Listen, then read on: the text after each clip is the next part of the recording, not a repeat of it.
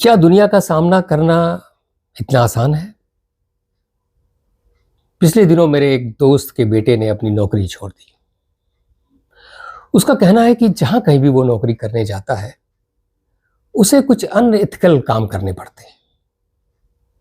मसलन उसे झूठ बोलना पड़ता है, जैसे प्रेजेंटेशन में कुछ बनावटी चीजें करनी पड़ती हैं। उसका बॉस कुछ और चाहता है, जबकि कंपनी कुछ और सोचती है। इन सब चीजों से वो राफ्ता नहीं बैठा पाता।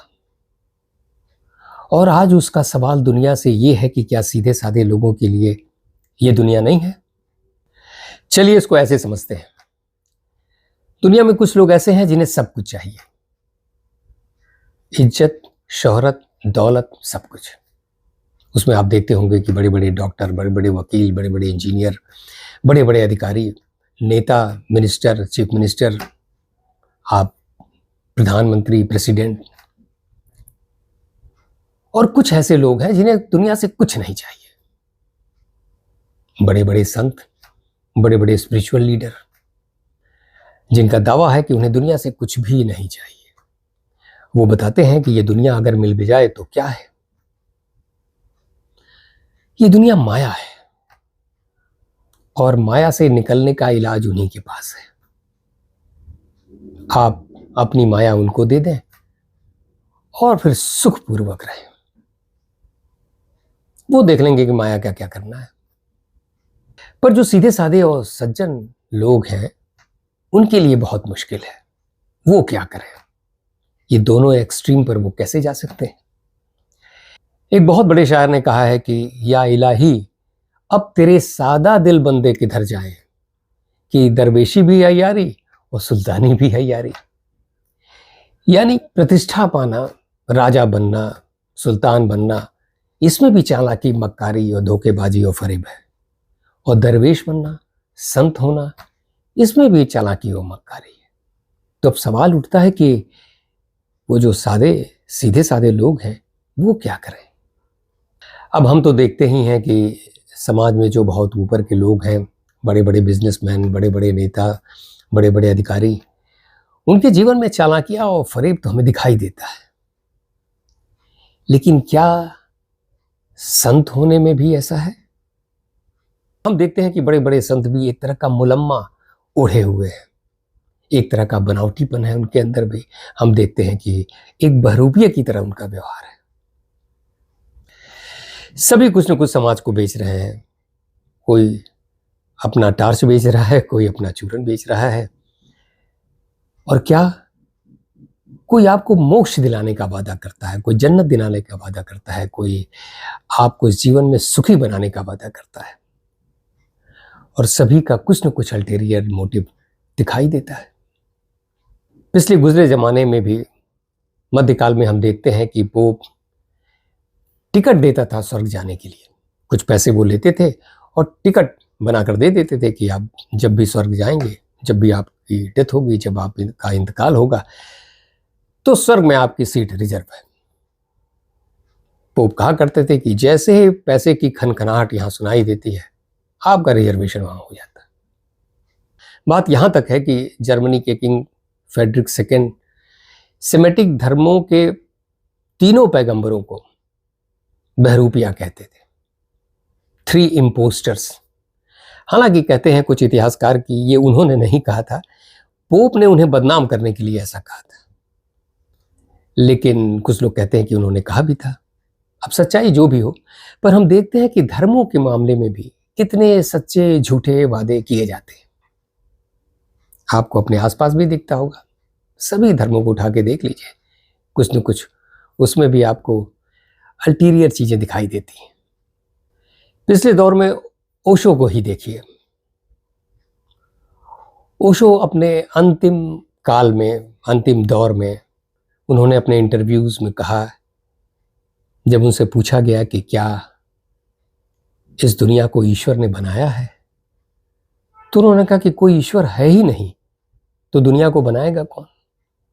जब उनसे पूछा गया कि क्या आप खुद को भगवान कहते हैं, उन्होंने कहा कि जब कोई भगवान है नहीं तो मैं खुद को भगवान क्यों कहूंगा, मैं एक सामान्य सा आदमी हूं। उन्होंने कहा कि मानवता के इतिहास में सबसे बड़ा बोला गया झूठ अगर कोई है तो वो ईश्वर है, वो खुदा है, वो गॉड है। उन्होंने ऐसा क्यों कहा? पूरे जीवन भर तो वो परमात्मा की बात करते रहे, प्रेम है द्वार प्रभु का, परमात्मा को कैसे पाएंगे, परमात्मा कहाँ है, उसके द्वार तक कैसे जाना है। फिर वो पूरे जीवन ऐसा क्यों कहते रहे? ये सवाल भी उनसे पूछा गया। और तब उन्होंने कहा कि उसकी वजह ये है कि शुरू शुरू में जब मैं अपने प्रवचन दिया करता था तो उसमें निरीश्वरवाद की झलक थी और तब लोग मुझे सुनना पसंद नहीं करते थे।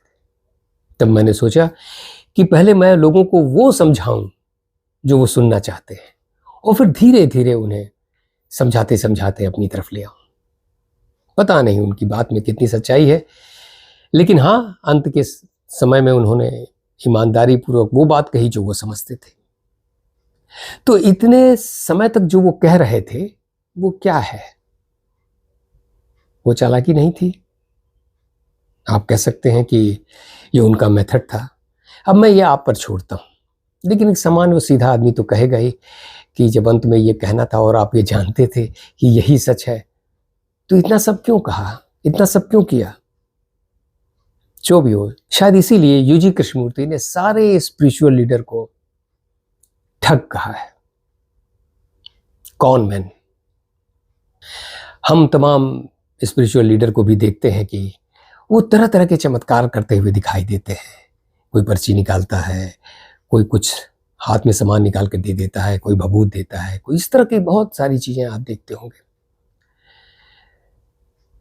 कई सारे जादूगरों ने ये सब करके दिखाया है कि जो वो करते हैं वो जादूगर भी करते हैं। फिर भी भोली भाली जनता उनके पीछे पागल रहती है। क्यों? क्योंकि वो एक बहुत बड़ा वादा करते हैं। वो जीवन को सफल बनाने का वादा करते हैं। वो जीवन के बाद भी LIC की तरह काम आने वाली बात कहते हैं। वो कहते हैं कि जीवन के बाद उनके साथ रहोगे तो तुम्हें स्वर्ग मिलेगा, मोक्ष मिलेगा, निर्वाण मिलेगा, कैवल्य मिलेगा और जन्नत नसीब होगा। बेचारे लोग इस बात से डरते हैं कि कहीं ऐसा नहीं हुआ तो क्या होगा। ये तो कितने बड़े प्रतिष्ठित लोग हैं, अगर हम इनकी बात नहीं मानेंगे तो शायद हमारा जीवन दुखमय हो जाए। हम देखते हैं कि हम सब अपने चेहरे पर एक मुखौटा लगाए हुए घूमते हैं। हमारा समाज ही ऐसा है। वो कभी कभी हम बहुरूपिये की तरह वो चेहरे भी बदलते रहते हैं। फ्रेंच काफ्का ने कहा कि ये दुनिया एक कॉस्ट्यूम ड्रामा थी और मैं इसमें बेयर फेस, बिना चेहरा लगाए चला आया। अब ऐसे आदमी के साथ तो मुश्किल होगी। काफ्का के साथ क्या हुआ ये तो आपको पता ही है। इस समाज में रहने का तरीका कैसे ढूंढे? फिर ऐसे हालात में एक सादा आदमी कितने मुश्किल में पड़ सकता है। भारतीय लोक परंपरा में एक कथा है जो बहुत मकबूल है और वो ये है कि एक गांव में एक साधु पहुंचा। वहां एक पीपल का बड़ा सा पेड़ था। उसने सोचा कि इसके नीचे ही आज रात गुजारी जाए।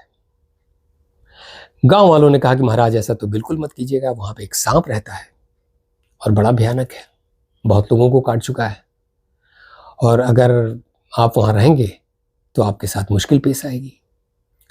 साधु ने कहा देखते हैं अगर सांप है तो वो क्या करता है। शाम को उन्होंने डेरा डाला। थोड़ा देर बीतने के बाद जब एकांत हुआ तब सांप उनके सामने प्रकट हुआ। जब प्रकट हुआ तो अभी समझ में आया कि ये तो मुझे काटेगा। उन्होंने उसे जोर से ललकारा। उन्होंने कहा तुम्हें शर्म नहीं आती? पिछले जन्म में तुमने पता नहीं ऐसा क्या क्या किया है जिसकी वजह से आज सांप की योनि में तुम हो और अभी भी अपना ये स्वभाव छोड़ नहीं रहे हो। तो आगे कहां जाओगे? सांप ने देखा कि भाई ये तो साधु पहुंचे हुए हैं, ऐसा लगता है। उसने कहा महाराज मुझे क्षमा कीजिए, मैं पूरी कोशिश करूंगा कि आज के बाद मैं किसी को न काटूं और मैं अपने में पूरा बदलाव लाऊंगा।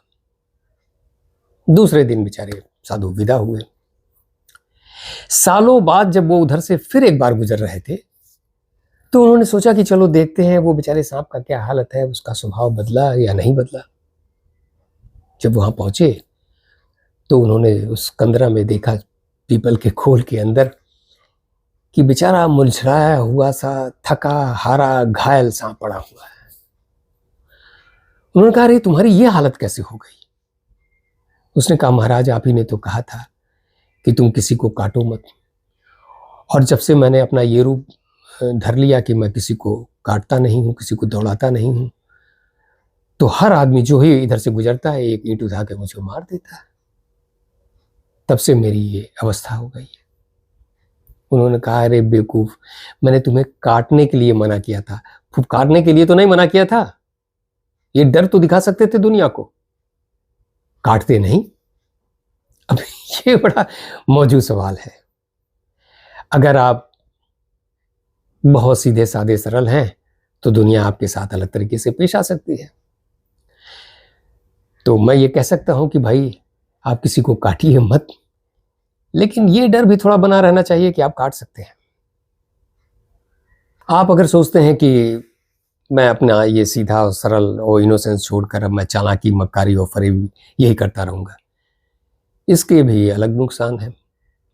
जब तक आप एक चेहरा लगाकर ये करते रहते हैं कि आप सामने बहुत अच्छे दिखते हैं, पीछे से ये कर लेते हैं और दुनिया को पता नहीं चलता, तब तक तो ठीक है। लेकिन जैसे ही ये दुनिया को पता चलता है, फौरन वो आपको अपने रास्ते से किनारे करेगी। और कई बार वो जो लोग बहुत खतरनाक तरीके से ये काम करते हैं, उनको तो पूरी तरह से दुनिया से ही हटा देती है। आप देखते हैं कई सारे क्रिमिनल्स और ऐसे लोगों का इनकाउंटर हो ही जाता है, और भी कई सारी चीजें हैं, पर समाज उनको भी नहीं छोड़ता। दरअसल सच्चाई यह है कि दुनिया डार्विन के उस सिद्धांत पर चलती है जिसे सर्वाइवल ऑफ द फिटेस्ट कहते हैं। यह फिट शब्द बहुत लोडेड है।